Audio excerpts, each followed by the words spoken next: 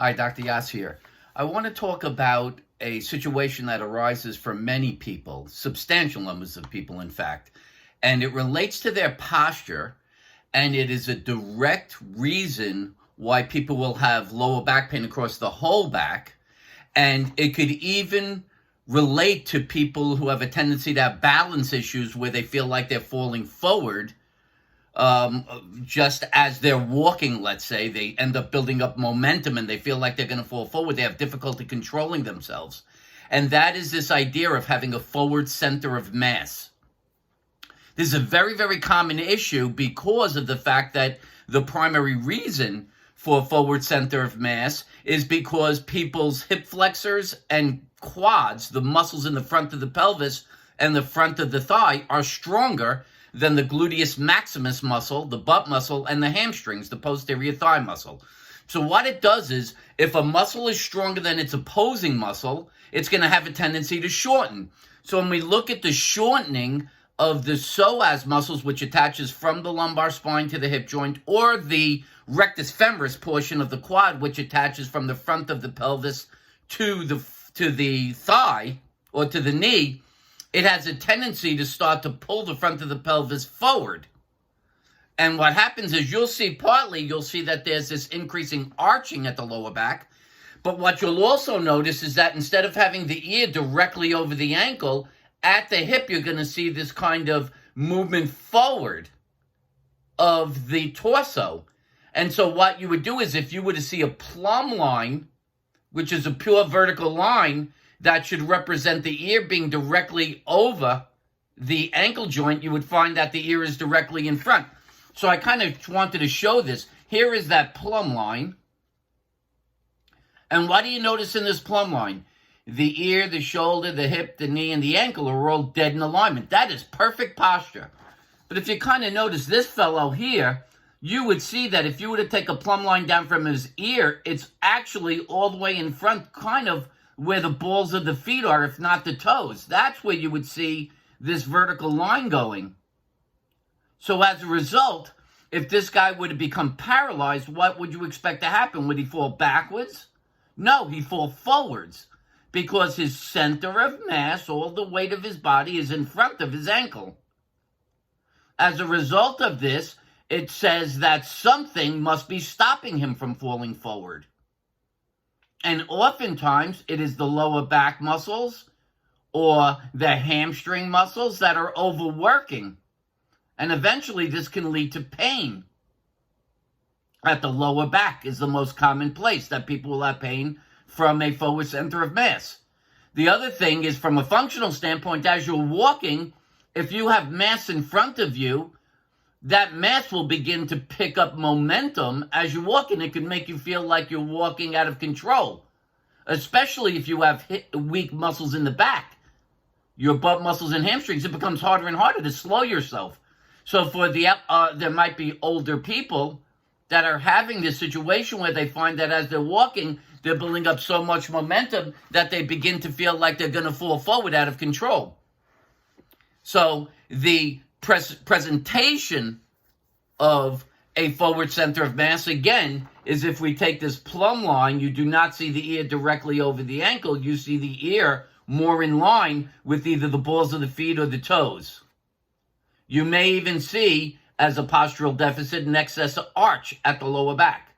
But if someone is having pain on both sides of the back, not one side, that's a clearly different symptom, which indicates a different cause. But if you have pain on both sides of the lower back, the highest probability is this is your problem. You are having a forward center of mass, which is the result of the hip flexors and quads being stronger than the gluteus maximus and hamstrings.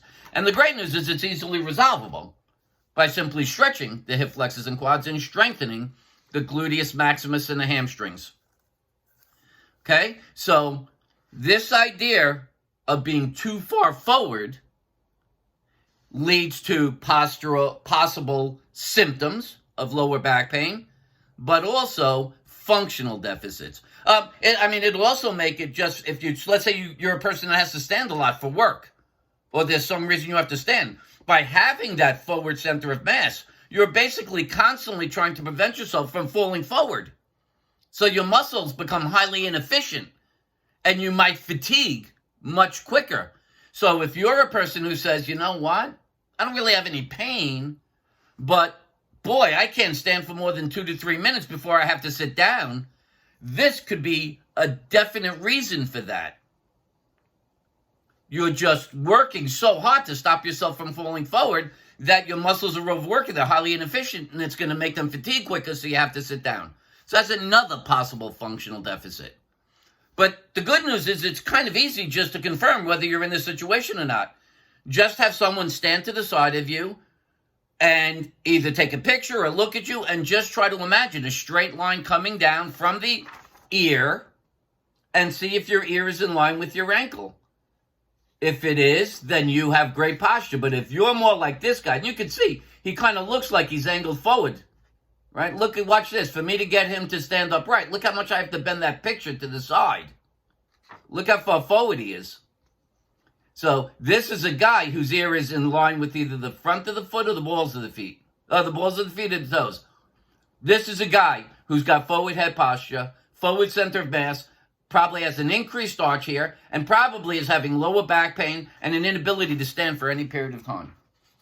It's just a very, very common situation because functionally we use our hip flexors and quads much more than we use our hamstrings and glute max because we do everything in front of us, going upstairs, walking, standing, sitting down, standing up, right? So these have a tendency to overwork. Well, if they become too imbalanced, they're going to shorten, and it's going to lead to this improper posture, dysfunction, and the possibility of lower back pain. Now, let's say that you've identified this, you're having this problem, and you go to seek treatment. You might end up going to someone who says, well, the answer is to correct your posture. That's retarded. That just doesn't make any sense whatsoever. The posture isn't the problem. The posture or the altered posture is actually a symptom, just as the inability to stand for a long period of time, the sense that you're going to walk and move too far forward and fall forward, or even the lower back pain. These are all symptoms associated with an imbalance.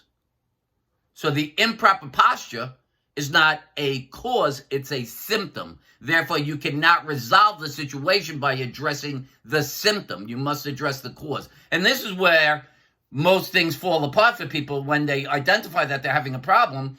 A symptom is identified, and that is what is supposedly treated. You don't treat symptoms. Symptoms are representations of tissues in distress. You must establish what tissue is in distress, resolve the distress of the tissue, thereby ending the symptoms. So in this case, whether it's back pain, inefficiency of standing, walking forward when feeling like you're going to fall, or improper posture, they are all symptoms representative of a muscle imbalance. All right? I hope this clarifies this, and it's a very, very common situation. I mean, extreme. And it's probably the primary reason for most lower back pain. I would estimate 90% at least of people with lower back pain. This is the cause if you're having it across your whole lower back, not just on one side. All right? So, if you like this video and it's making sense, please give it a thumbs up. If you like my YouTube channel, Dr. Mitchell Yass, and you'd like to subscribe to get notifications so that you find out when new videos are being added or when I'm live on YouTube, please do so. I'd greatly appreciate that. If you have a question that you would like me to answer, you can contact me at drmitch@mitchellyass.com, drmitch @mitchellyass.com. If this is making sense and you see the Yass method as your path to resolving some of these symptoms because all the other crap you've gone to hasn't worked, well, you can contact me by email at drmitch@mitchellyass.com, and we'll set up a Skype or Zoom session. Doesn't matter where you are in the world. You don't have to see me in person. I've been doing this for years by Skype or Zoom, way before the coronavirus began. It's highly effective. The sessions are videotaped, so you have that to use as a reference going forward. I do 4-week follow-ups. The sessions include the evaluation, confirming that it's a muscular deficit, creating your symptoms. I show you how to do the exercises. You perform them under my supervision. We make sure that you see an improvement in the symptoms on that first session, and you move forward to be able to recognize and be able to resolve your symptoms fully and have that full functional life you so justly deserve. So you want to make a session, an appointment for a session, Skype or Zoom, you can contact me at drmitch@mitchellyass.com. All right?